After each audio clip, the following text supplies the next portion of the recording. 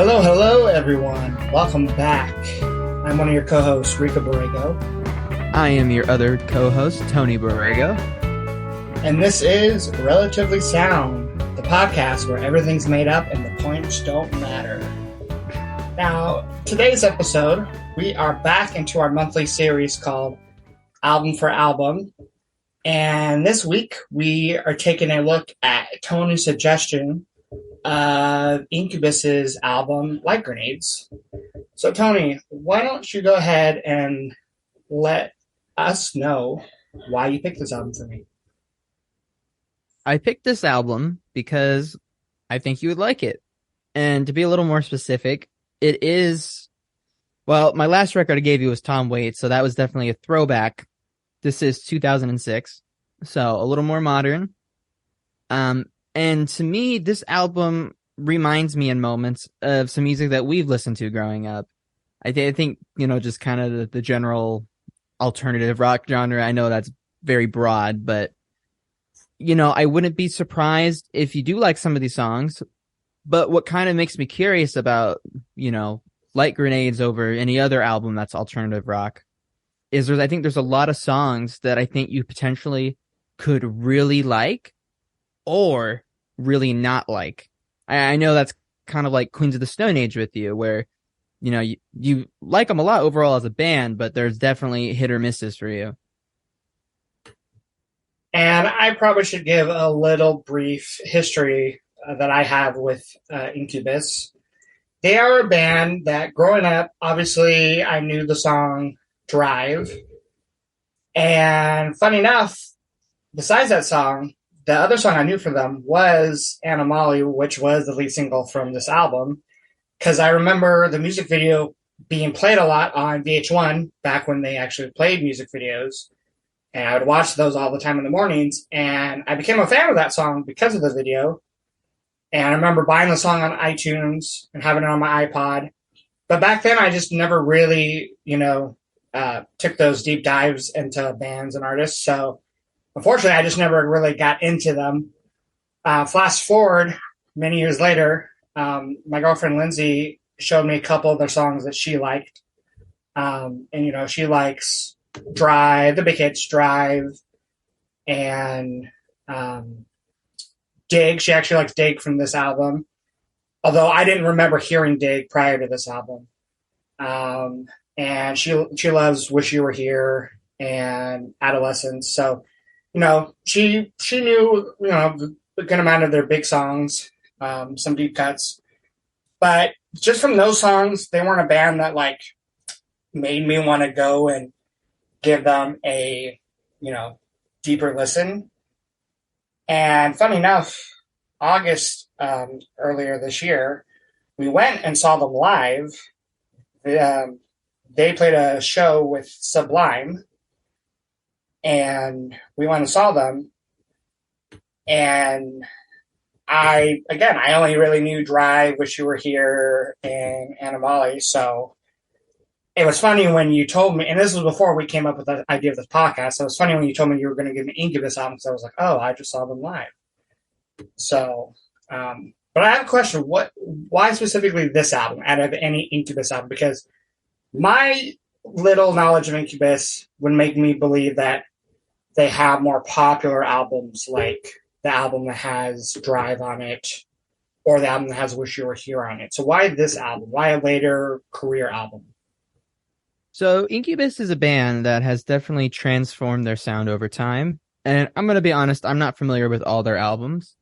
But my two favorite albums of theirs is Make Yourself and this one, Light Grenades. And some of their earlier stuff's more new metal with the aggressive slap bass thing sometimes. A lot more use of their DJ doing just, I guess, typical DJ stuff.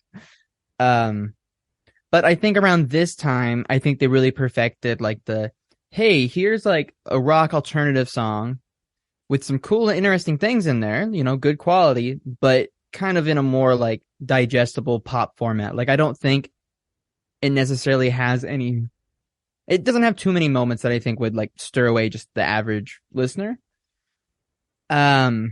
I really wanted to give you Make Yourself just because that is my favorite album of theirs.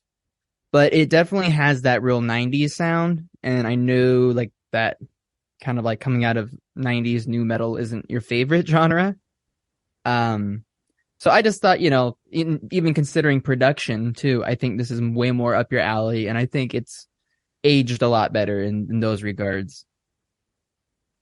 Well, I will tell you, upon my first listen, because I did give this album, I don't know, probably close to 10 listens by the time of this recording. Remember, we only really need to give these albums a minimum of 3 listens, but, it'll be kind of a testament of how much we like them, depending on how many listens we give them. But after my first listen, I was pleasantly surprised. I Ooh. really enjoyed this album more than I was anticipating.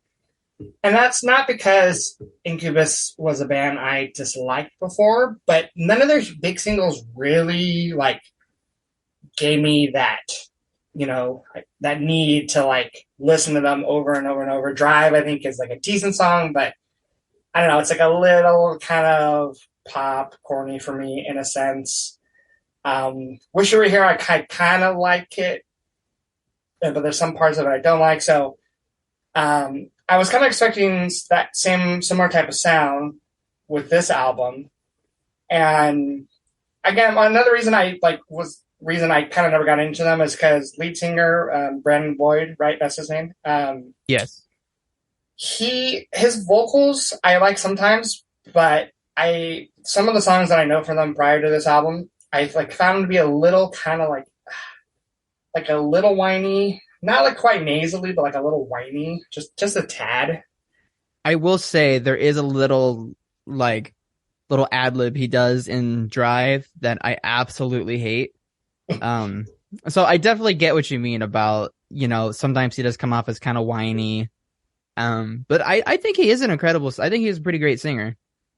And the other thing too was I've seen a couple live performances, and of course I saw them live, but even before then, I saw that they have a guy in the band who does the turntable type sounds, and I'm there's a time and place for that. Growing up, obviously I liked some bands that did that, not Blocktober. They had a violin, but Linkin Park, they they have a band member who does turntables, and it's it works for that kind of time period, or that sound at that particular time. But I don't know, Linkin Park's not a band I go back and listen to a ton. And if I do, it's actually not usually the albums or the songs that has a lot of that turntable stuff. So that's another kind of worry I had going into this album. But this album, kind of like you said, it's a pretty straightforward rock album. And I found by the end of it, I was like, wow, there's a lot of songs I really like just based off one listen. And, first listen can be kind of hard. As much as I love listening to music, sometimes it takes me a couple listens for me to kind of decide if I like a song or not. I mean, on first listen, if I hate it, I can grow to like it. But if I hate it on first listen, that's not a good sign. And if I really love it on first listen, that's a great sign. That means I might get tired of it over time, but if I love it on first listen, there's usually no reason why I shouldn't like it upon multiple listens. And this album, I would say more than half the songs I really liked on a first listen. There was a couple that I actually loved on a first listen.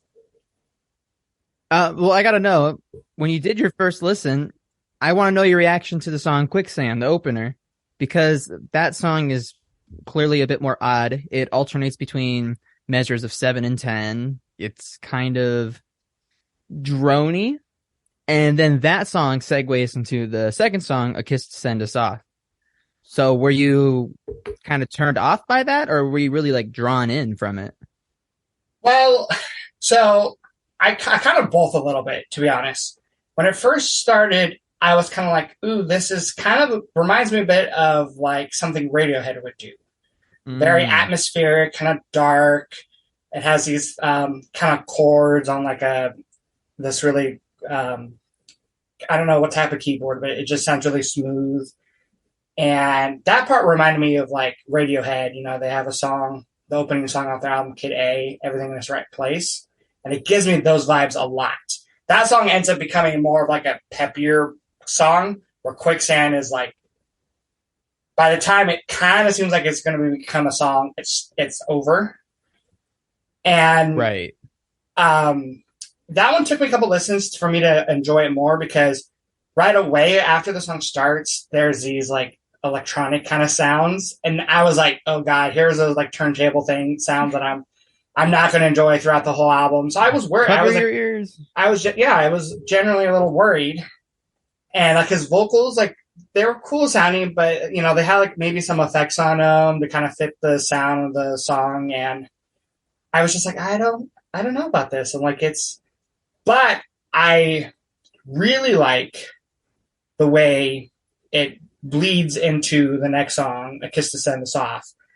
And when that song starts, I was like, okay, I always love me a song that, you know, fades, or not fades, but transitions into the next song. I always love that in an album, unless it's done too much. But so I'm like, okay, this is kind of a cool sign. This is cool.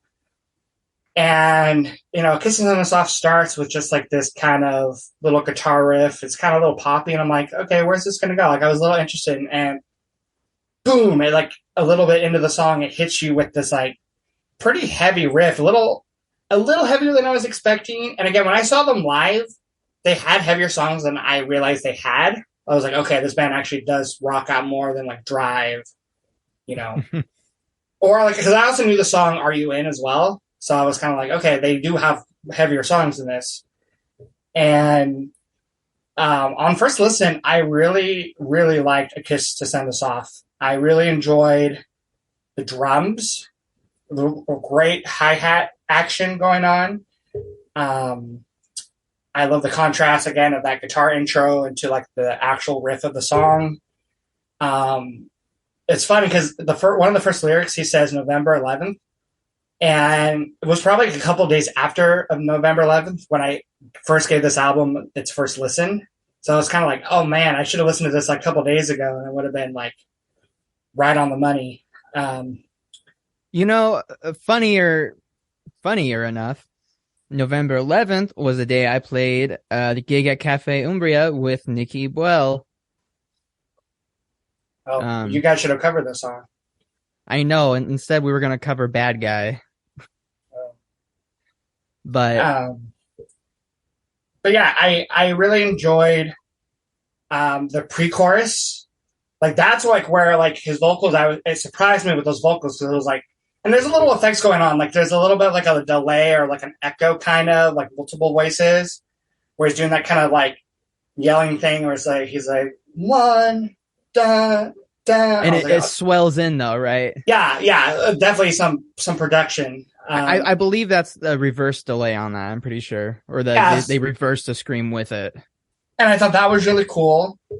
And then the second it like goes into, and I don't know if you call that the pre-chorus or if you want to call that the chorus. I almost call it the pre-chorus, because I think to me what the chorus is when he sings the title of the song, A Kiss to Send Us Off. Now the first time he does that, I was like, this is obnoxious. Like, it almost ruined the song for me. I was like, the way he sings that, you know, kiss to send us off. I'm like he sounds like really snarky. Like he sounds really like, I don't know, like the tone of his voice was like that sounds kind of like a bratty kid. Yeah, and I was like, oh, I don't like that. But funny enough, like 3 listens later of that same song, I was like, oh, I actually like this now. So it was just one of those things where it was like, first listen, I hated that part just because of the tone of his voice. But now that's a part I look forward to, because he doesn't really do it again later. Later when he does it, he's doing his like kind of fuller, louder voice. And then I do like the bridge where it goes back into that guitar intro. I thought that was, you know, cool use of, you know, songwriting. I will say with this song, when I took a deeper dive into like the lyrics, I was a little disappointed, because I'm like, this song is like, the lyrics I don't really like. There's a lot of talk about like tongues and like kissing. That's just like, I don't know, like, I don't know if the song's trying to be like sexy, but musically it's not. It's just like a rock song. So I'm a little confused by the lyrics. Well, okay. I try to think about it like this because I'm gonna be honest. This is a song I don't really know what the lyrics are, but hear me out though. Quicksand starts the album, and it's really moody and atmospheric, like you said, but it's kind of like theatrical in a way. And then you go straight from that into an epic rocker that's, like well written and, transitions great. It's like the whole song is just about the energy. And so, I mean, honestly, if you didn't tell me what the title was, I don't even think I would know what he's singing there. Well, it's funny because I don't like the lyrics up into the bridge. The bridge I think has fantastic lyrics. I mean, there's like a part where he's like singing like a wire connecting our hearts. There's a string and it's tied to a kite. There's a storm. The clouds become electric. I'm like, that's cool. That's really cool. Like, I can like picture it. It's very visual. I love that. It's just like the rest, especially with the music with that part. Yeah, because it's the intro, that kind of more melodic, softer guitar. I just like the yelling part. Again, when I didn't know what he was singing, I was like, that's cool yelling. But then when I find out he's yelling one more tongue, he's like, one more tongue. I'm like, whoa, what? Yeah, that's what he's yelling. That's what those three little lines before he sings Kiss Before the Sky Falls. That's what he's singing. He's singing one more tongue. Wow. I would never have thought. But I agree with you. I think it would make I don't know if, I know they play this song live, but I don't know where in the set list, but I can see this opening the set, especially after Quicksand, because it does have the energy where the lyrics, the title of the song kind of makes sense. Like a kiss to send us off. It almost seems like very like, almost like it's like cinematic in that sense. So I love the song, it kind of except for the verse lyrics, because I just like the tongue stuff. I don't know, like that part I don't love, but I think the bridge has fantastic lyrics, and I love the energy of the song. And yeah, it's definitely probably my top 5 for sure. Oh, okay, wow. Yeah, I wasn't sure if it was going to turn you off because of kind of the obnoxious tag. But something you mentioned too is that you like the drums in it. And something that I find to be very, kind of the signature of Incubus is every song seems to have very busy drums. Even a song like Dig, which, is kind of ballady. It's got very high energy drums. And this is through all their albums, to my knowledge. I mean, do you like his style that he brings, or it doesn't bother you? When it comes to drums, I'm not picky, really. Like, unless the drummer's doing something that's like really obnoxious, or the drums don't sound good, like if it's got that Saint Anger snare sound, then like, yeah, no, like, no, thank you. But if the drums are mixed well, and I like a simple drum and I like a busy drum. Like I like songs that the drum is just like a simple, pattern, or I like songs that have, more unique styles. So I like the drums on this whole album. I think they sound great. There's specific songs where like you really notice them. I know there's the part in the chorus of Paper Shoes. There's this cool little like tom part that I really like. The drums on Pendulous Threads, especially near the end, they do that thing I really enjoy where it's the drummer sounds like they're doing like a fill, and it sounds like it's about to fall out of time. I don't know if you know what I'm talking about, like that, like really slow, like like that happens near the end of that song, the outro, that I think is really cool. Right. But no, I think the drums are great. I think they mix well. And really quick, when I did research this album, I was not really surprised to find out the producer of it was Brendan O'Brien. Oh, okay. Someone that, I know from him, producing a majority of Pearl Jam's albums. And he's also produced album. I know he's done like a Chili Peppers album. I think he's done Soundgarden, and he's done a couple Bruce Springsteen albums. But yeah, I'm mostly known for Pearl Jam. And my only issue with the production of the album is he kind of does a thing where he did with some Pearl Jam albums, especially around the same time period. Because this is the same year, I believe, that Pearl Jam self-titled Avocado album came out, and the production on that sucked, and that's mostly because of the Loudness Wars. loudness wars. Yes, and everything's compressed and just nothing sounds really good. And I know that's somewhat engineering too, but this album actually I was a little surprised because I thought most of it was produced really well.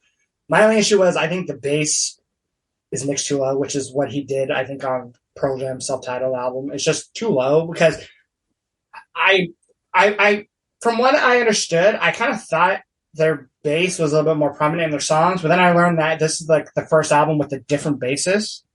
So I was like, oh, that could be kind of a different style, maybe.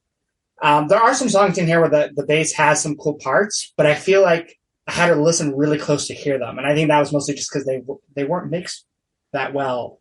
So And that is part of why I really like Make Yourself, is because I've always thought of Incubus as a band where, generally speaking, like, you know, the bass players have a lot of cool parts, you know, that they get to play, cool tones, you know, they're a main element of the band. So I do agree, like, I really like the, you know, the crisp, but kind of like atmospheric production. But I do wish it had that, you know, the bass to match. yeah, that was the only thing that like I was, and maybe that's just again I thought they were a band that had like louder bass that I was kind Yeah, of like normally they do. But you brought up Dig earlier because you were saying it was kind of like the ballad and it was like the second single and it probably actually I think is the highest charting single on this album, even though I know Anna Molly did fairly well. Dig, I like.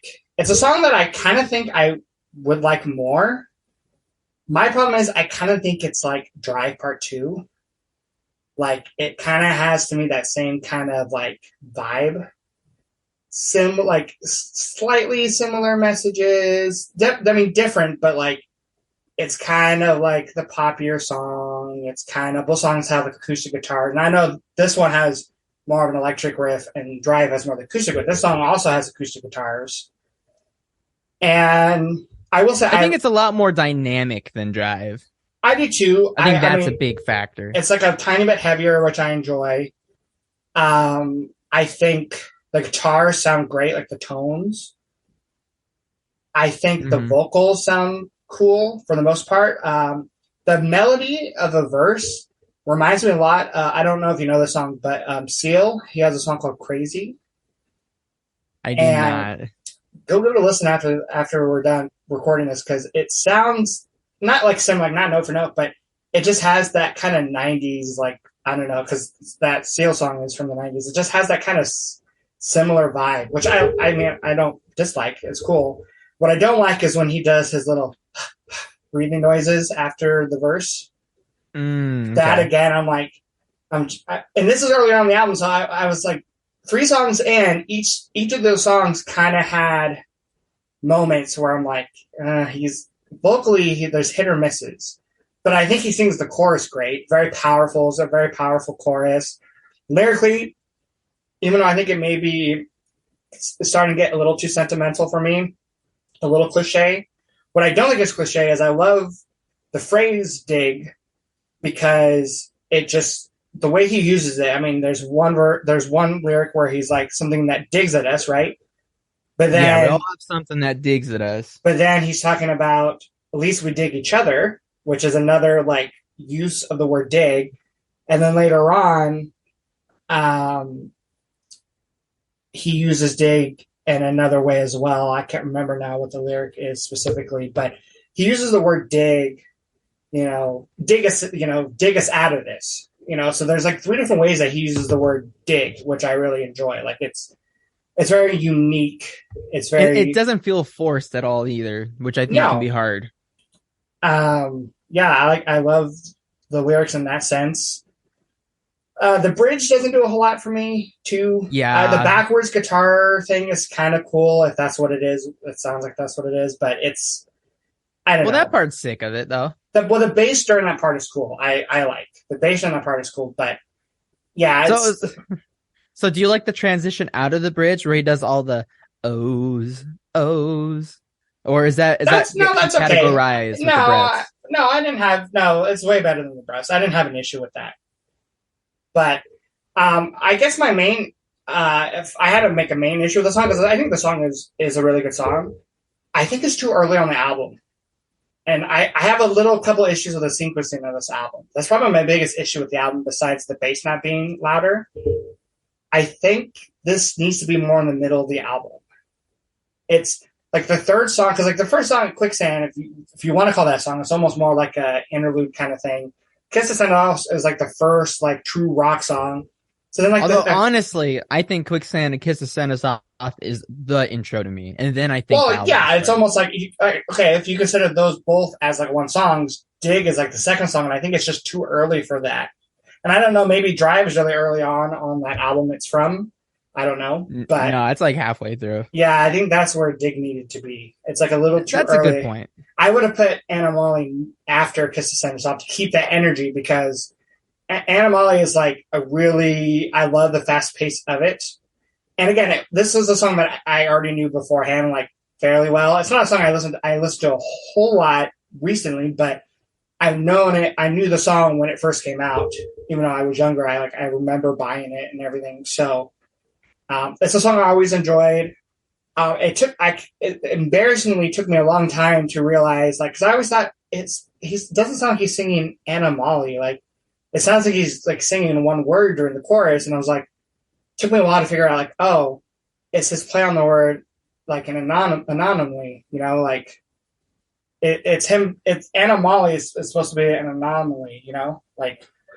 Yeah. So when I read more into the lyrics, I was like, oh, he's like singing about this girl who like basically might be a real person, might not be. She's kind of an anomaly. So I was like, oh, like that's creative. So when he's singing the chorus, he's not even really singing Anna Molly. So I was like, but that's like the name that he's like given to this like fake person. So I was like, oh, it's more creative than I thought. So again, it's more like lyrics that are being creative. But I've always liked the music of this song. I like the guitar riff. I like, the kind of the intro when it does the rhythmic down, na na na na. Na. I always like that part.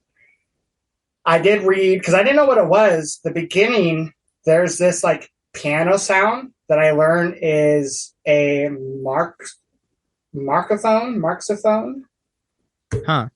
It's like this it's really weird. Like it's an instrument I never knew before, but I'm assuming the guy in the band, I don't know his name, the one that does the DJ turntables. stuff. Yeah, it looks like his name is Chris Kilmore. I'm assuming he's the one that does it in the song. It's a really cool little part. I think it kind of adds to the mysteriousness of the song. Right. I like the vocals a lot. I especially like the vocals near the end where he kind of takes it up another level, where he's kind of like getting louder, higher in his range. I like the bridge. Yeah. I like how the bridge kind of comes down. Those kind of like the drums, like on the what is it? The not the toms, not the hi hat, the snare. He's doing like that little kind of, I couldn't think of what it was. The snare where he's like doing this like kind of marching band thing. I think that's really cool. The only thing I don't like about the bridge, and this is just a nitpicky thing, is he says I could care less, which has always bugged me because I couldn't care less, because if you could care less, then why wouldn't you just care less? It's just grammar-wise, it makes zero sense. But other than that, I love Animali. It's always a song I've liked. But I was shocked to find that it probably isn't even in my top. It might be in my top 3, but I kind of thought coming into this album, like, if I hate everything, at least I'll like Animali, and that'll be my favorite. But there's some songs on here that I think I like more than it. Now, yeah, here's my question. So it seems like every song so far, there's at least something that doesn't sit right with you, whether that's, the way he sings something, his grammar. So what's a song on here that doesn't have any issues? You don't have any issues with, like, your favorite one? Well, it's hard to pick a favorite. The first song that I heard that I could not find any faults with. And there's a lot of songs now that for example, Kiss to Send Us Off, other than like the lyrics, I really like everything about the song, even the way he sings it. Even Dig, like the vocal things, it doesn't really affect me anymore. But The first song where I was like, wow, this is just a fantastic song was Diamonds and Coal. That song, Really? I'm a sucker for a song that begins with just like a palm muted guitar with just like, really easygoing chord progression. And that's what this song, I mean, it starts off with that little weird intro, which did put me off for a second. I was like, oh, this is going to be one of those songs that's kind of hard for me to get into. But after that intro, it just goes into this like really chugging guitar, really kind of laid back, kind of a little poppy, but like upbeat, And I was like, okay, I like this. And um, vocally, I really liked the melody and the verse. I like the lyrics a lot. I mean, my only issue with this song, I guess, lyrically, is that I feel like Oil and Water, the song before it, and this one, are very much similar in the what the song's about. But Yes, this for song feels sure. like more the redemption song, like, because there's a lyric where he's like talking about a fast horse, and you can bet on us. And then right after, he's like, I'm not calling you an animal, which I thought was just kind of like a funny kind of line. And I love the way he sings that too, where he kind of gets more up in his higher range. Right. But and it's a little cliche, even diamonds start as coal.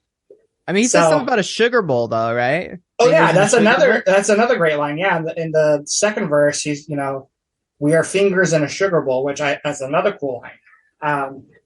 So lyrically, even though like the chorus is a little cliche, um, I just love the upbeatness of it. It's a very relatable song, and I just like how it kind of seems like it builds a little bit, like it gets a little louder. Not as much as Oil and Water, but it has the bridge where it goes back into the intro.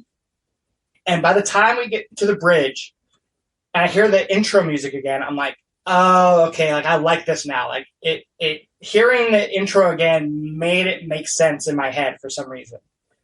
That's what Incubus really excels at, in my opinion.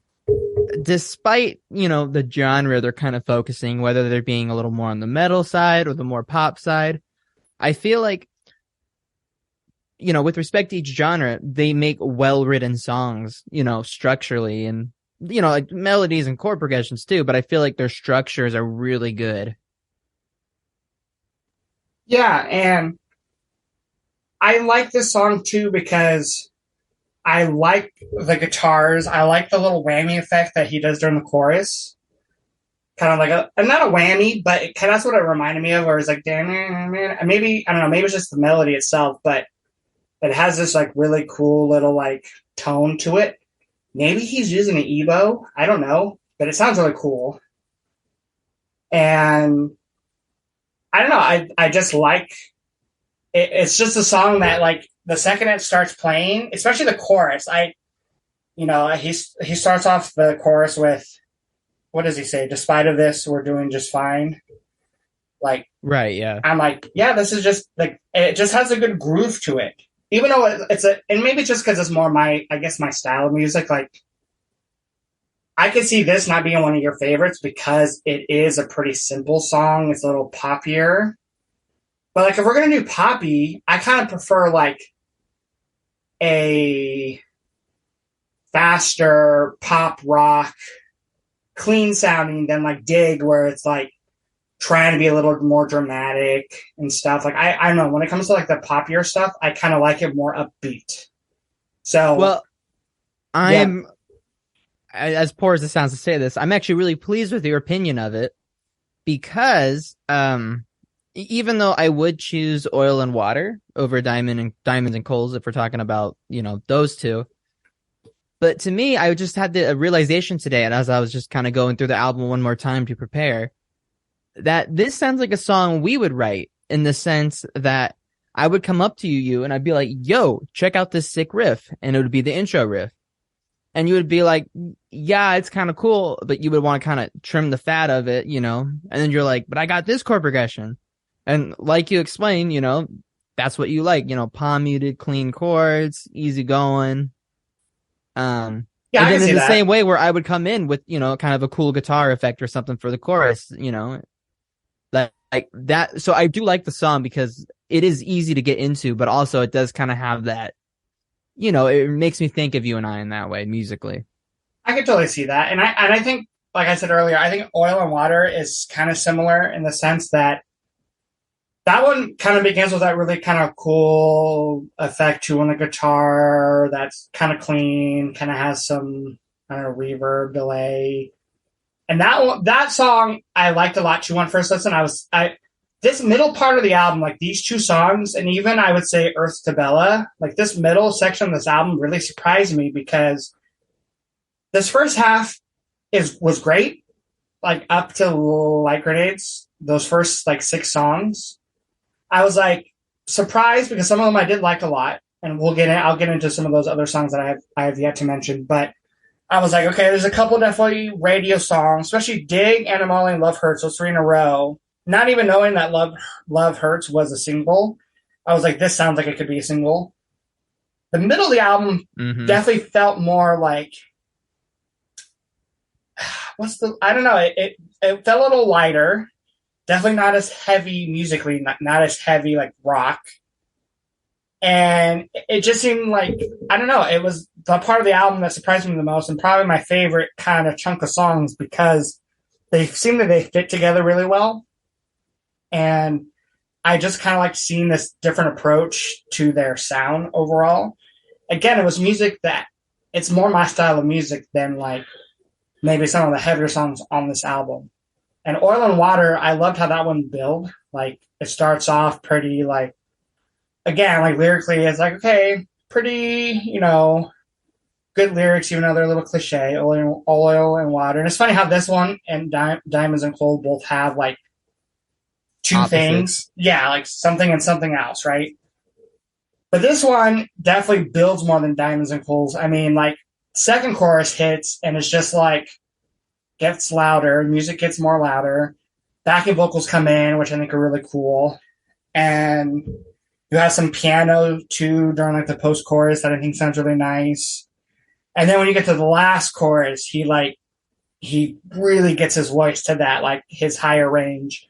And I did not find it whiny. I was like, this is powerful. This isn't whiny. This is like, this really fits the song and it really makes the song, it takes the song to like that final level that you want it to hit, So again, it was like another, I was really shocked by that song. I was like, wow, this is not a song that I was expecting to hear on this album. And then you get to Diamonds of Coal. I was like, this is also what I wasn't expecting, but I like this even more.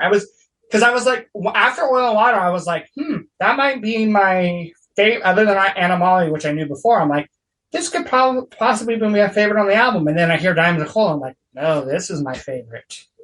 So, and going back, like I said, I think the first 6 songs kind of definitely has the kind of like singles and stuff. And I know Oil and Water technically was a single. I looked it up, but I don't really. I don't think it charted as high as Dig or the other 2 singles, and I don't think it's one they play live a lot anymore.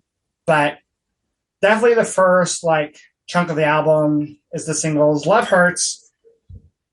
It's growing on me. When I first heard it, I was like, this is like my least favorite. Like first half of the album, up until a certain song, I was like, this is my least favorite. It's just like lyrically, I'm like, this is the most cliche. And I don't know, I said that a lot. I do think he has moments where his songwriting, I think lyrically, is great. It's never bad, other than maybe the lyrics and Kiss to Send Us Off, just the verse. But it's just a lot of times going to be a little cliche, a little, Love Hurts. I mean, there's a ton of songs that have that same title and same, And I think I even read an interview where he was like, he even used the word cliche. So like he knows, but it's just it's that one's a little just too like not simple, but it's just there was nothing really too exciting about it except for the bridge. The guitar solo kind of comes in and it's kind of like, okay, it's kind of cool. But then during the bridge, that's the part where the one guitar kind of does this little like and I was like, oh, I love that. And it only happens like, twice all the way through and then it's done with. And I'm like, oh man, if that was like a bigger part of the song would climb higher on my list. Yeah, it's a catchy song. And I do agree that, yeah, like it is cliche. I want to kind of defend it, because it is so catchy and it does flow well. Like I can't say I dislike it necessarily, but what makes it different than the rest of the song and why I don't consider it as good is because it doesn't have those details like the little bridge moment you're talking about. I feel like a lot of the other songs kind of just drip, personality, or creativity, where this one feels a bit stale maybe in that way, but it doesn't bring the same, liveliness Yeah, of I mean, Animali. the vocals and the chorus are very catchy. It's a catchy song. I actually there's a couple songs on this album that, and I'll get to them here in a little bit, that like take me a little bit to like think of how they go. That one I can immediately hear the chorus in my head. Like right now, I can hear the chorus, so it's catchy, and I can see why it was a single.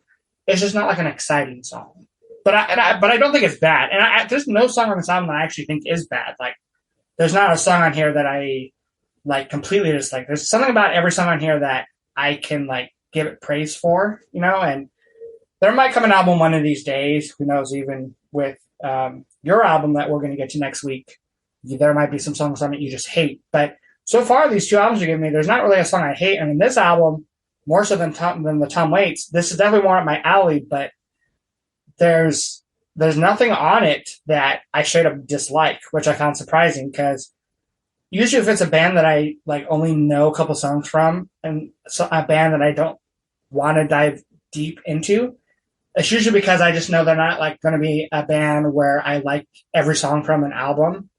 And I like to like really know a band well. I like to like listen to all their songs on all their albums, B-sides, covers, live versions, all that stuff. So I didn't think I was going to be that way with this album, but there's really no song on here I like truly dislike. So even me saying Love Hurts is like one of the weaker moments, I still enjoy it overall. And question though. So in the way A Kiss to Send Us Off, you first thought it was a little annoying. I honestly thought there'd be a couple of the rock songs that you may not have liked so much, but it sounds like, even the rock ones you like. I know Pendulous Thread starts off with like these real distorted guitar harmonics and like chaos. But I think one of the songs that I actually thought you might really like was the title track, Light Grenades. And to me, I think you would like it because it sounds like Queens of the Stone Age to me. It has the kind of Era Vulgaris production where it's like crisp, but, really compressed. Even the way Brandon sings some of the lines, like the end of the chorus, remember who you are. He does that real kind of confident swagger. It's got a quirky guitar solo, just, epic dynamics and so many great parts, great lyrics. Did you feel the same way, or is that just me? No, I really, really like Light Grenades. As a title track, I always expect to hear something a little bit more special, like it's, they named the whole album after this song, like, what type of song is it going to be? And I will say it was jarring at first because coming after Love Hurts, I was not expecting such a vicious riff, like right in your face, really heavy, really fast paced too. I was not expecting that. And after it took me like a little bit, it's a pretty short song. It's one of the shorter ones on the album. But like by the time it got to like the second verse, I was like, okay, I like this. Like I like the main riff. I like those backing vocals, that the shouting kind of that happens during the verse.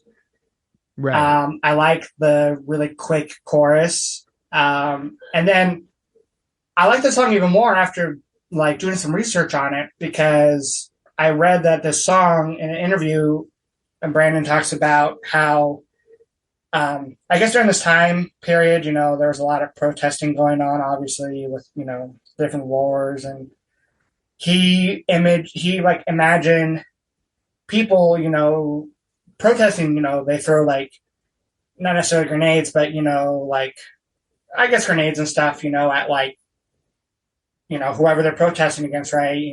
Police or whatever. And he talked about how he was like, what if there was like a person who like was throwing like positive ideas instead of throwing something, that's like a weapon, something that's going to hurt someone else. Like, what if these protesters were throwing like positivity and like ideas to like fix these problems. And so imagine that as like a light grenade, like, you know, and I really like that concept, and I was like, I like that concept for a song. Like it's very visual and I can, and I like how chaotic the song is because it does sound like it could be a protest kind of war song, especially in 2006, but it's got more of an in-depth kind of, lyric driven quality to it. So it's very heavy musically. It's very aggressive. I absolutely love the yell at the end. It's mixed kind of quietly. So at the first listen, I guess didn't really notice it, but on the second couple of listens, the very end where he does that yell, I was like, "Ooh, yeah, I like that," because I'm not typically one who likes a lot of, I guess, yelling. Like, I don't listen to a lot of heavy music, but I like when his vocals are not doing so much of the whiny stuff. I like it when it's a little like heavier. He So does it sparingly, and funnily enough, Make Yourself, the title track of it, ends with a very similar scream. Like I'm not sure if it's like one of those like whistle scream things, but it's very similar in that way, and it's the same thing. Like the song really picks up energy for that, that final blow. Yeah, and I think he does a great job doing that sort of stuff. I really do like how he kind of treats his vocal as an instrument, with like how he layers them, with effects, with dynamics, I think that's something that I really appreciate throughout this album. But while we're talking about title track, it's also the album cover, Light Grenade, which I think is like what, like a heart on a grenade? yeah, Do you like it? yeah, I like the album cover. Like I said, I recognize it from buying the Animali single on iTunes. So yeah, Mm-hmm. I like it. It's fitting, especially fitting once you learn what Like Grenades is about, the song. Really quick though, to touch on your point, I didn't really get a Queens of the Stone Age vibe from it. Maybe just because it's heavier and faster paced than most Queens of the Stone Age song. It's weird. I think of it as, and you're probably going to disagree with me. You might not even know specifically the song I'm talking about, but it reminds me of REM's album Accelerate. It's the album where they kind of went back to their rock roots, and the album has a lot of just like rock, faster songs, none of the experimental stuff that they were doing years prior. And on the album, in the middle of the album, there's the title track, the song Accelerate, and it's this really fast paced, dark song. Definitely not as fast or as heavy as Light Grenades, but it's like the darkest song and maybe musically even the heaviest song on the album. And that's kind of what this song reminds me of, because this song is maybe like the heaviest on the album for the most part. And even though it doesn't musically they don't sound alike at all. I don't know. I kind of got that vibe where I can see this song not being a fan favorite because of just how quick and fast paced it is. But it was definitely one of my favorites. Yeah, I agree. It definitely is one of my favorites for sure. Now, I asked you a couple days ago, we were talking on the phone, and I asked you, I said, there's one song on this album that is a song that I probably would not like. It's just not my style of song. But I told you there's one song on here that's like that I absolutely ended up loving. But it's a song that you would not have thought that I would love. And you thought it was going to be Like Grenades because you thought maybe Like I Grenades was did. too heavy. That was not the song. I love Like Grenades, but other than the fact that it is kind of more raw, a little bit more almost punk, which is not normally my style of music, I still think it fits in mostly my style of music. I do like a fast paced rock song, but there's another song on here that it's not one that I would normally like, but I love it, and it's almost becoming my favorite off the album. Every time I hear it, I like it more and more, and that is Rogues. Okay, I could see that one because every time I hear the chorus, well, every time I was listening to this album to prepare for this, every time I heard this chorus, I had a feeling that that's your type of chorus right there. Oh, so you thought I would like this song? Well, not necessarily the whole song, but I thought you would love the chorus. I know that's a very specific thing, but I'm surprised you would say it's climbing up to be one of your favorites, though. I wouldn't have thought that. Well, so I'll tell you what happened when All right, let's hear it. when I was listening to the album for the first time, you get that chunk of the album that I think that middle where it's a little lighter, right? Urtabella, acoustic song, Oil and Water, kind of again, it builds, but with the piano, it's a little bit more, sentimental. Diamonds and Coal is just kind of a pop rock song. But then you get Rogues, and it starts off with that kind of like mysterious little riff that reminds me of another song that I still can't figure out what it is. I think I know what it is. There's a song, I don't know if you've ever seen the documentary Sound City that Dave Grohl did. It's where he's talking about the music studio called Sound City. I have not seen And that, honestly. it's a great little documentary because he talks about the history of the recording studio.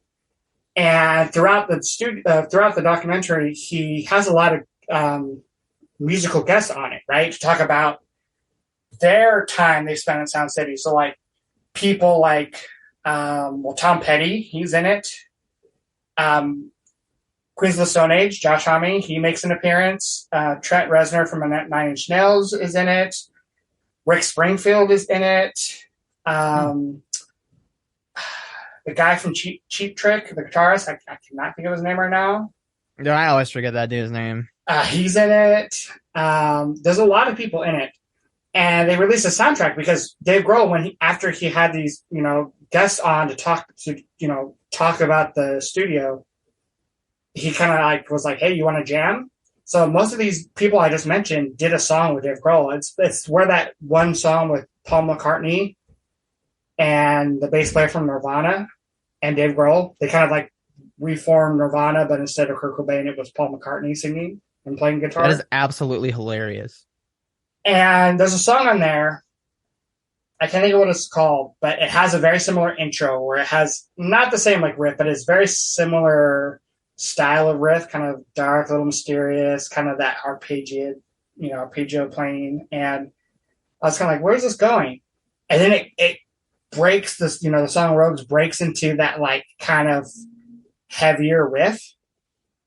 And I was like, ooh, okay. I was not expecting that. Like, it was kind of a fake intro, but I really liked it. The rock part was like, cool. And then it does this like another riff when he starts to singing, right? And which I love.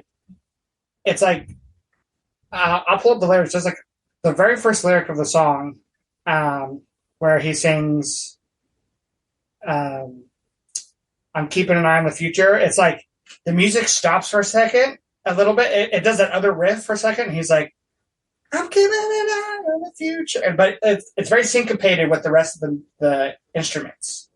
Now, okay. I love Let that. me stop you. Well, so real quick, super quick. The intro to me, I could totally see it being a System of a Down thing. I can kind of see that, which System of a Down is a band that I'm like a little hit or miss with. Like, I absolutely love some of their songs and even an album or two, but then sometimes they're just too much for me. But I definitely think it's a little bit more polished, I would say. Yes, but then this moment you're talking about, that dropout into, like the kind of the epic vocals kicking in, that reminds me of Bridge Burning. In the same way where they set it up and then, there's that spot where it's just the guitar and, Dave yells, "These are my famous last words." It is kind of like that. But I think it's better because after the vocals come in and he starts singing more, it kind of keeps up with that really kind of odd rhythm. I don't know if the songs, I don't think it's like in a Weird Time signature, but it's just like the phrasing of the instruments, like that little like da-na-na. It's really cool. I love how the drums are syncopated with the guitars and the vocals.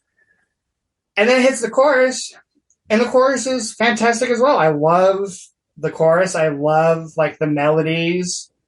I love, and I think this is the most interesting song besides Like Grenades lyrically on the album because I started diving into the lyrics and it seems like it's maybe like a type of protest song in itself.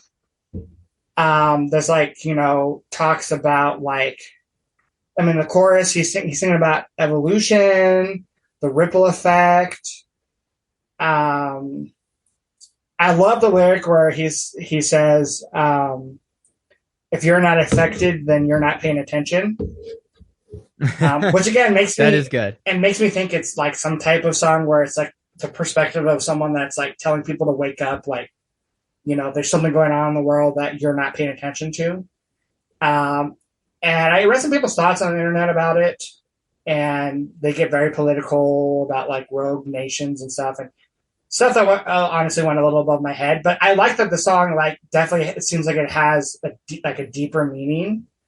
I love the fast pace. Like, it's very energetic, especially in the verses. Like, there's a lot of words coming at you, but I really enjoy that about the song. But then like the chorus is super catchy. The solo, even the solo, where it kind of gets a little, it kind of has a tiny bit of a breakdown. It's kind of a weird solo, but I think it fits the song perfectly. There's a bass part too that's cool during the. By the way, too, I love the bass. By the way, the solo of Light Grenades, the bass mimics the guitar riff from the intro, and I love that. I wanted to mention that before I forget, but I think I know what you're talking about. Yeah. Yeah.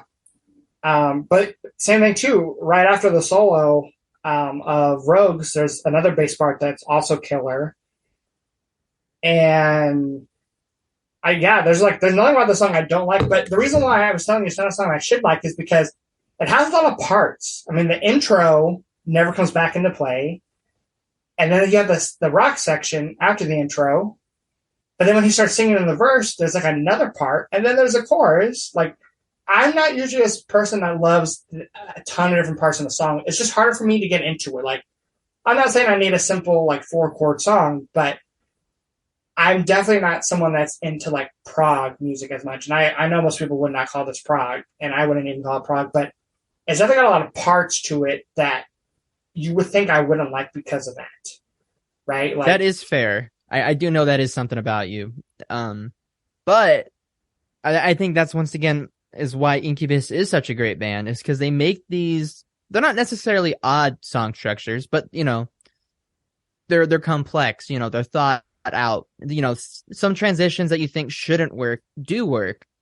God, there was a song on the album that did that they did a really good transition. I think it might have been Pendulous Threads had a really good modulation in there or something. Yes, but I think I do have that Threads, in my notes. Okay. There's at the very end after the solo, when they go back to the third chorus, there's like a key change, or there's a modulation, like you said. And it works great. Because you don't notice it. That's the problem. When there's modulations and key change, if you notice it, it sticks out like a sore thumb, it's like too much. Right? Yeah, it can be very, like, the effect can be, you might want it to be jarring or very noticeable, but to me that just sounds too cheesy most of the time. Like, it's like too cliche to even be used as a joke cliche type of thing. Yeah, so I really do appreciate this. Yeah, it works a lot in Rogues. I enjoy it, and every time I listen to that song, again, I'm just like, I love the energy. So that, even though Diamonds Are Cold, I'm probably going to be more in the mood for that song at any given time because it's just upbeat. Rogues is, I think, maybe my favorite when it comes to like how it impresses me and like just the songwriting and the lyrics. Like, there's nothing about the song I don't really like. That being said, I do think we need to talk about maybe when it comes to the songs themselves and the sequencing, we got to talk a little bit about some of my dislikes, because I don't think this is like a 10 out of 10 record for me. I mean, it surprised me a lot, and I really do enjoy this album. I would go as far as to say that I love it, but it is not without its faults. And the last 3 songs on this album, I don't think it's front loaded, because my favorite part of this album is really, I would say, maybe even like from Light Grenades to Rogues, because I like Earth to Bella, and I'll get more into that song in a second. But the last 3 songs on this album, every time I get to this part of the album, it's a little tough. Not tough, it's not a tough listen, but I'm always disappointed, because I'm like, these are kind of like my 3 least favorite songs on the album. Like Paper Shoes, and it's funny because Paper Shoes and Pendulum Threads, not Pendulum Threads, I'm sorry. Paper Shoes and Earth to Bella Part 2 are kind of songs you think I would like. Like, Paper Shoes is a song that you think I would like, I thought you would because like Paper Shoes. it has that kind of it has that cool acoustic sound, right? But it's more thought out like progression than like Earth to Bella, either parts. And it does have, I love the verse. The verse musically sounds really cool. And again, I like the tom heavy drums. I don't find like the vocals or the lyrics to be that like interesting really in the verse. And then the chorus, I'm not a huge fan of the chorus. It makes sense in the song. Like I understand where they were coming from for the chorus, but it does really nothing for me. I do like the lyrics where he sings "You're as reliable as paper shoes in bad weather." Like that's like the song title, right? Paper shoes, and it gives you a sense of what the song's about. Like a bad relationship. But there's nothing in the song that really like the solo's kind of cool, but my biggest issue with the song, and I think this has to be a Brendan O'Brien thing, is after the solo, I think the song should end. But then it hits you out of nowhere. After like it comes to like you think an end, like right, like there's no sound. All of a sudden, out of nowhere, transition horribly. The opposite of what we were just talking about on the other songs. There's a third chorus, and it comes out of nowhere, and it does not fit the song. And I'm like, who okayed this? I'm like, Brendan O'Brien, like, why would you do this? Like, it took a song that I already thought was just kind of okay to begin with, and made me dislike it more because of that last out of nowhere chorus. Did not like it. Rico, can I tell you a secret? What's that? I actually do really like that third chorus. Oh, no. Well, okay. Because to me, the song, like if I were just thinking about the song right now, there's two distinctive parts. There's that intro verse part, which, it's like the pretty acoustic, like the acoustic reminds me of something that even Blue October would do. Like, it's likable. And then the chorus is catchy. And yeah, like the whole, paper shoes line is pretty memorable. But I just feel like with Rogues, like where it's kind of chaotic with all the parts, but it fits really well and flows. This one doesn't flow as well, but also the two parts, neither of them are that special that, it warrants, like an odd combo to go with it. But I think that last chorus at least is like humorous, I don't know. And but the I guess song's not it would... supposed to be humorous. Well, okay. You see what I'm saying? Like, it doesn't fit. It's not, I don't know. I hate, it's probably my least favorite thing on the whole album. Like, even worse than when he's yelling the word tongue on A Kiss to Send Us Off, like, or the breathing part in Dig. Like, I just, and like I said, I don't know if it was the band who decided that. My thinking was they were probably like, yeah, after the solo, we're going to do one more chorus to end the song with, right? And my guess was Brendan O'Brien's like, yeah, what if we like it's like a fake out ending after the chorus, after the solo, and then we do one last chorus. But I'm like, it does not transition well. Like I don't. Why do you think this is Mr. O'Brien's doing? I know you know more about him in particular. Well, I don't know. It's just I don't know. It's just I can't understand why they would want it to, because it's a very production thing. Like it's not like the chorus is bad. Like I already said, the chorus sounds nice. It's just not my favorite chorus on the album. But it's the way that like it comes out of nowhere after that. Like there's no transition. Like I don't know. Unless the band got a little lazy and they're like, we don't know what to do after the solo. One more chorus, but do we go back? They should have gone back into that intro, but they didn't. And I think, I don't know. Maybe they thought if they went back to intro, it would have been too safe. And see, even the band didn't know what to do with the song. I don't know. It was just a bad decision. Brendan O'Brien should not have approved it. So that song after Rogues was disappointing because it's a song that I think I should have liked more. And then we get to Pendulous Threads, and I know the other day we were on the phone. I was trying to give you hints on what I thought about the songs without giving too much away before the episode. And you kind of were like, yeah, Pendulous Threads is probably not going to be a song you love, and you're correct in that, in the sense that this is just not a song for me. Like, it's a heavier song, but it has that kind of industrial, like, rock sound. A little, like, the beginning intro with, like, the guitar noises, like, I've just never been a fan of that type of sound. I mean, I Um, feel like if it was like 10 seconds, it would have been great, but it's like yeah, a whole section. I don't love that part. And then like the rock part kind of kicks in. I'm like, okay, this might be interesting. And then when the verse starts, it changes, kind of like Rogues, but in a disappointing way. It does this like little like the guitar where it's like kind of like da da like almost like a reggae kind of thing. I don't know, like a there's like a particular I'm sure word to describe that particular like rhythm style when it comes to the guitar, but Yeah, he's real, emphasizing the offbeats. and I don't enjoy that. I didn't like that. Um, the chorus. This is the song that I can never think of how it goes in my head. Like Yeah, I'm gonna be honest. I had to think about it. the only Past, parts I can think of is when he sings the word askew because he like kind of goes into that falsetto. And then like the one part I do like is when we're talking about the modulation at the end, where he has to obviously change the melody a little bit to fit the modulation. And then instead of doing the high askew when he sings the word askew, he does it more like a full voice. And I thought that was really cool and creative. But the songs in general, it's just like it's not forgettable because it's like poorly written. I would assume this is probably a fan favorite for people because I this is the type of music I thought the whole album was going to sound like, and this is what I thought Incubus as a general sounded like, where it's kind of like heavy, has a lot of different parts. It has a little bit of that kind of noise, a little bit of noise, that I don't necessarily love. And this time it's like not kind even of like just new turntables, metal, but really. a little bit, yeah. And thankfully the whole album is not like this, so I enjoyed the whole album. But yeah, this is a song I can never think of how it goes. I do think the outro is cool.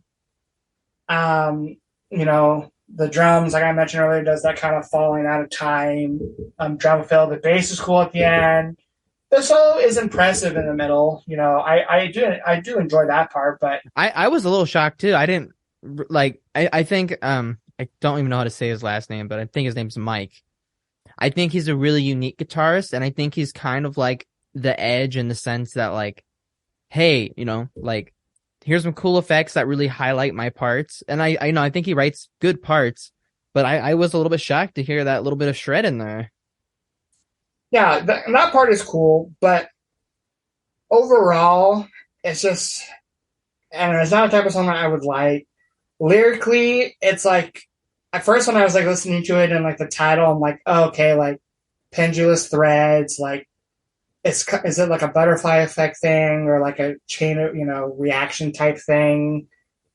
And then I was reading the lyrics and it's like thread on my sweater is pendulous, step back and pull it, and I'm like, oh, is this just a heavier version of the Sweater Song by Weezer? Like I think it is. Like lyrically, he's basically just like if you want to destroy my sweater, just pull this thread. I'm like, okay. Now, obviously it's deeper than that. He's talking about like things happen in the world, speeding bullets, and like more metaphors for like a heavier topic, but I just couldn't get that image of the Sweater Song from Weezer out of my head. I'm gonna have to give it, a good listen back to now. It sounds like a little different genre, but that'll make for an interesting experience. But yeah, this song, and funny enough, when I saw them live, again, I only recognized, Animali and Drive and Wish You Were Here.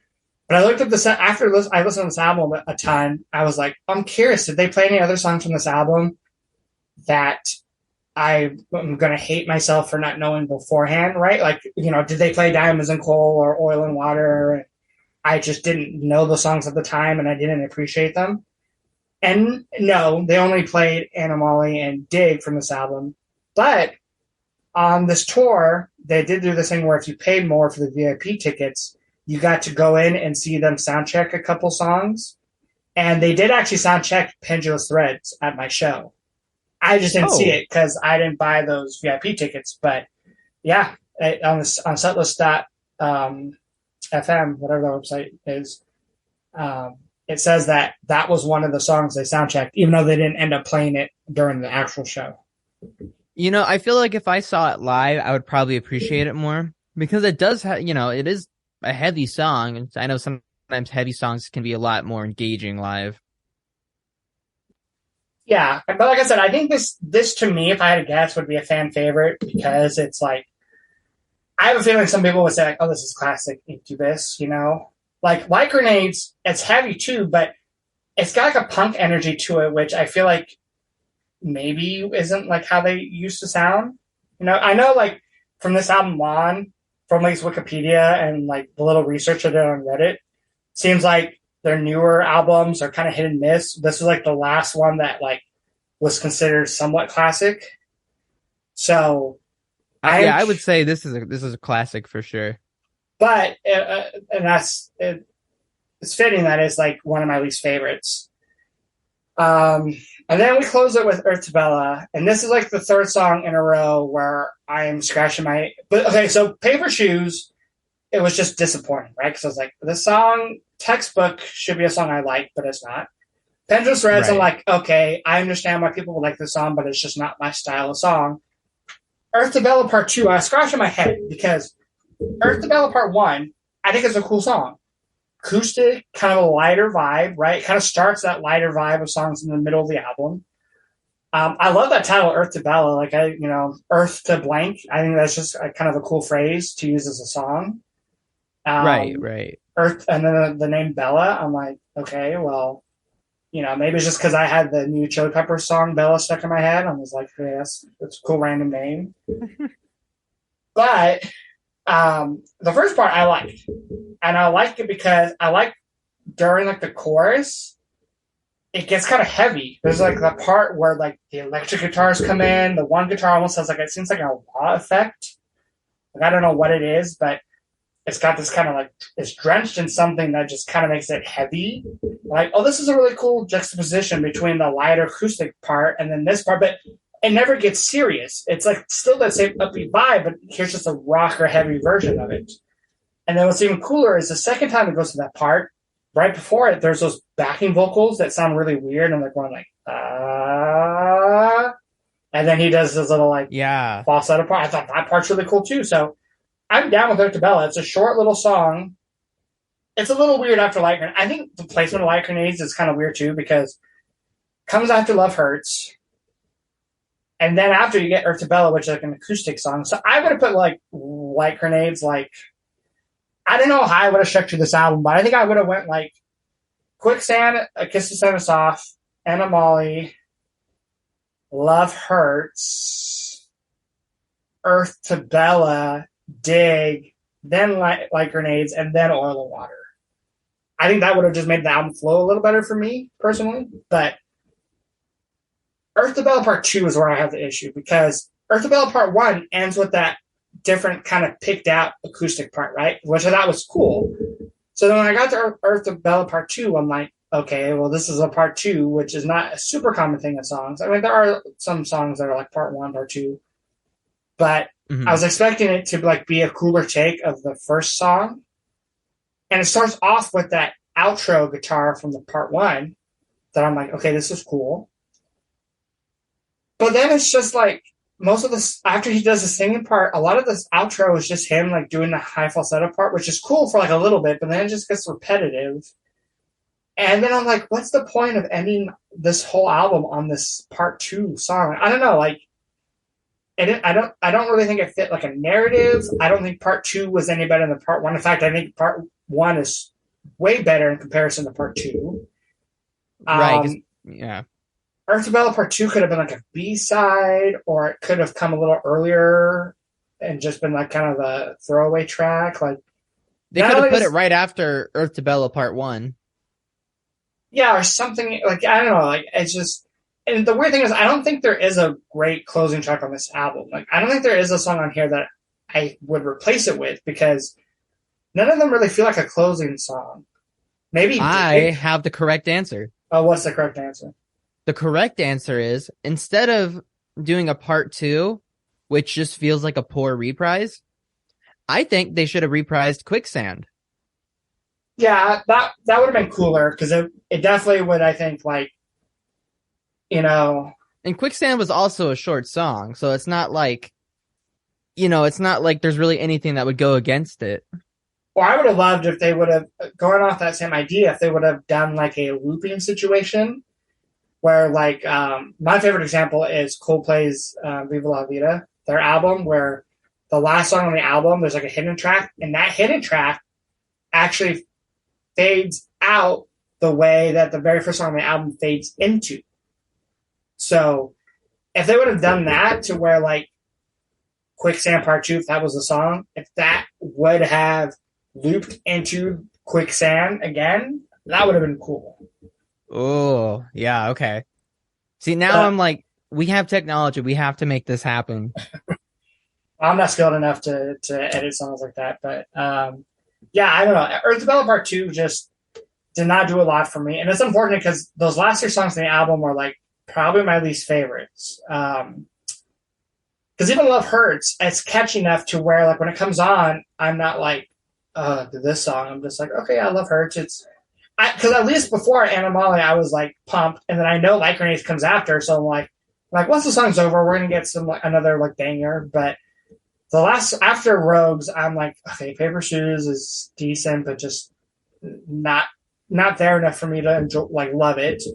Pendulous Threads is just not my favorite, and then Earth Bell, I'm like, this is just a kind of a nonsense closer. So it definitely the last 3 songs takes this album from it being like 8.5 to like a 9 to like probably to like a 7, just because like it just does not end solid for me. For some people, they probably love Paper Shoes and at least Pendulous Threads, but I'd be shocked too if people loved Earth Develop Part 2 because it just seems so pointless.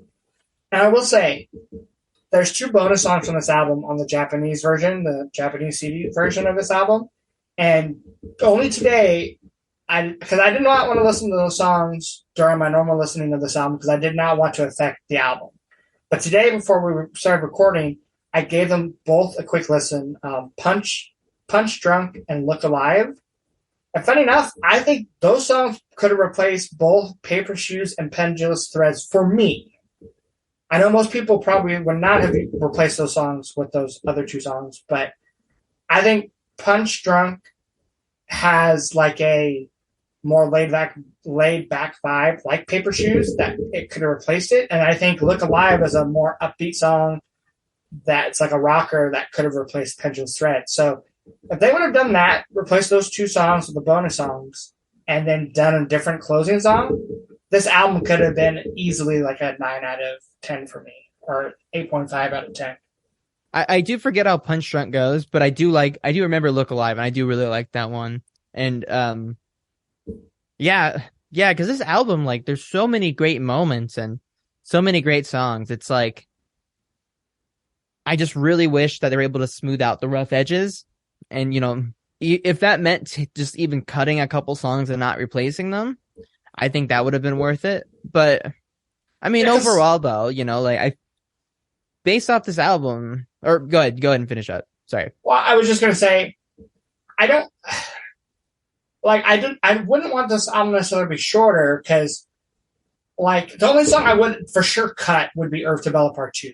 I just would not have had that. I almost rather Pendulous Threads to end the album because at least it's ending with like a epic 5 minute. It's the longest song on the album, right? It's like it's the penultimate track, but it could have been the final track, right? I would have been okay with that. But that's the only song I actually would have cut. Even Paper Shoes and Pendulous Threads, like even though they're not my favorites, they do seem cohesive enough and they do fit the sound of the album. But yeah, I guess if they were placed apart, maybe, yeah, I think that would have been fine.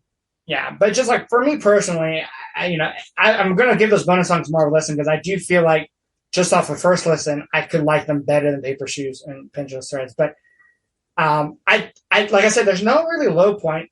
Even my least favorite being Earth Develop Part 2.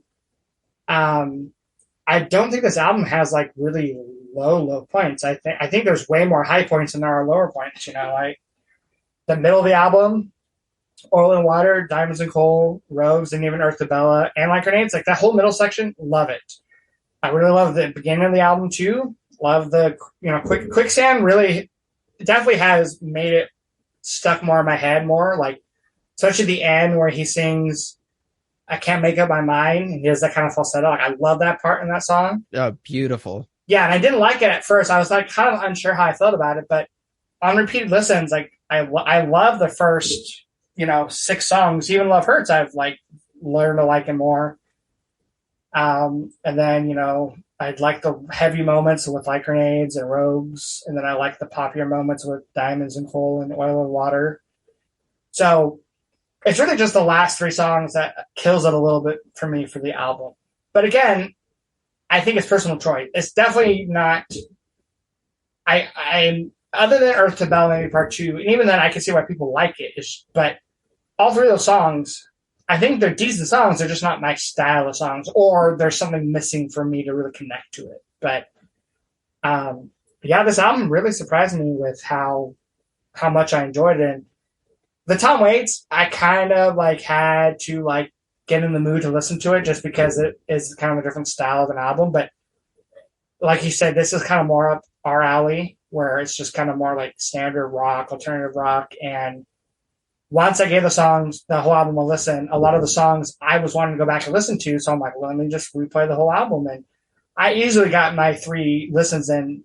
Like I listened to it 3 days in a row for sure. And then after I went a whole week listening to it like once a day when I was at work. So yeah, I really enjoyed this album, definitely more than I thought, just because of knowing so little about the band. And again, not even the live concert, like they put on a good show, but I do feel like they probably played a lot of older songs, and I feel like some of the songs just kind of like meshed together too well. Like some of the songs sounded the same. Where on this album, I think there's a lot of variety that, at least for me, I enjoyed. Well, I feel like a lot of the songs. Well, I kind of want to group a lot of the songs together and being similar. I mean, Oil and Water, Diamond and Coal, like kind of lyrical basis similar, and they're both like, kind of upbeat, kind of rock pop songs. I guess Oil and Water is not as upbeat sounding. And then, the rockers, there's definitely vibes within this album, but I think each song does a good job exploring a different element of the vibe. Yeah, I think that's a good way to put it. Is there any other questions you had for me regarding the album? No, I think that about does it, but I am curious. So, are you going to listen to any more Incubus albums now? I will say, compared to Tom Waits, I am more eager to go into their back catalog. I definitely think, based off the songs I know and off your recommendations, I would want to listen to Make Yourself and Morning View. Those are the 2 that, from my research, I think would be the ones I'd listen to next. I mean, I know there are other albums. Like I've seen a lot of people like their album Science, and then that one I don't think you'll like too much because that one's really heavy in comparison with a lot of aggressive slap bass and distortion. Yeah. But what you would really like, one of the songs off there is called A Certain Shade of Green. And they actually do an acoustic version on their, I think it's called Monuments and Melodies record, where it's like, I think it's like a compilation type thing. And it's a really great acoustic version because instead of metal, they made it all jazzy and lounge vibe. And if I didn't listen to the acoustic version, I wouldn't have known how great the lyrics are on it too. So I still think that some of those older songs, you might really like the lyrics in them or, parts of the songwriting. But, I would maybe suggest either Make Yourself because it's a lot more consistent, although it's more 90s, or Morning View because there's a lot of variety in there. Like I think a song even has like a sitar or something in it. Yeah, those for sure will be the 2 that I go and listen to. Or I'll just like go and listen to like a playlist. Maybe I'll have you make me a playlist of their songs, because I do think I'll get into their albums easier than Tom Waits. Tom Waits, I think I will have to be in a mood and I will have to be really paying attention to the lyrics, where Incubus, I feel like a lot of it is just like, the vibes first and then diving into the lyrics after, because again, I think it was a little hit or miss with the lyrics for me personally. But I'm glad that I enjoyed his vocals more than I thought. And really quick too, there was also no there was like no weird turntable noises on this album. I don't know if that's something they just stopped doing overall, or this album they just didn't want to do it. But Actually, I'm not quite sure about that either. Yeah, I'm glad you noticed, yeah, the lack of it. And another reason why you might not like Science or Make Yourself as much is there are more turntable work. And yes, Make Yourself is one of my favorite albums, but it is far from a perfect album because it has a song called Battlestar Scratchalatica, or that's the best I can pronounce it. And it's it probably is, gonna. Is it like I don't know if you know the song from Linkin Park's Hybrid Theory album called "A Cure for the Itch." I do not off the top of my head. It's pretty much just a song where they let the guy, I can't think of his name. Um, they just let him do a whole turntable song where it's just a lot of Okay. scratching and a lot of like it's an instrumental. There's not even words. So Yeah, that's pretty much what it sounds like. But really quick, well, one other thing that not really related to this album, but when I saw them live, I don't know if you know they do this when they were playing RUN. Um, in the middle of it, they just automatically start going into Riders on the Storm. oh, do they really? Yeah, they just start because that song has like it's more like kind of keyboard heavy. It's kind of a little slower pace, or at least the version they played live when I saw them it was. Because I don't know if I've heard the studio version that much. And yeah, in the middle of it, like you could tell they kind of changed it up a little bit. The lighting kind of changed, and there was like some lightning and thunder, like and rain on the backdrop. And yeah, he starts singing "Riders on the Storm." That's awesome. You might have to look Hey, that up because I know you're a Doors fan, and I know you would appreciate that. yeah, I guess you know what? I guess I've never really looked up much live Incubus videos, but what I've seen, it's been great. And I gotta ask you, did he sing with well, I don't know if you're able to see, but did he sing with one of those mics that are like silver and stuff like what James Hetfield sings through now? I don't know because I mean we weren't super close, but the main reason I didn't notice is because I guess like right before the show he like hurt himself like his back, Oh. and he was actually sitting down like on a stool for like the whole show. Oh, that's a bummer. Yeah, and then I think later on in the tour they had to cancel some dates because of that injury. Thankfully, he was still Oh. able to go on with the show that night. He just sat, but I don't know what it was. I looked it up later. I think on his Instagram. Yeah, he was posting pictures before, fine, and then he mentioned something too. He was like, yeah, a little rough tonight, but I'm going to continue with the show, just sitting here. So, um, yeah, props to him for powering through. Because I did look at, like I said, Right. I looked at the set list afterwards, and I just looked at the set list for these songs, like how often they play these songs on Light Grenades, and I was disappointed. They've only played Diamonds and Coal, like they played it less than 10 times ever. Like I think they've only played it What? like 5 times.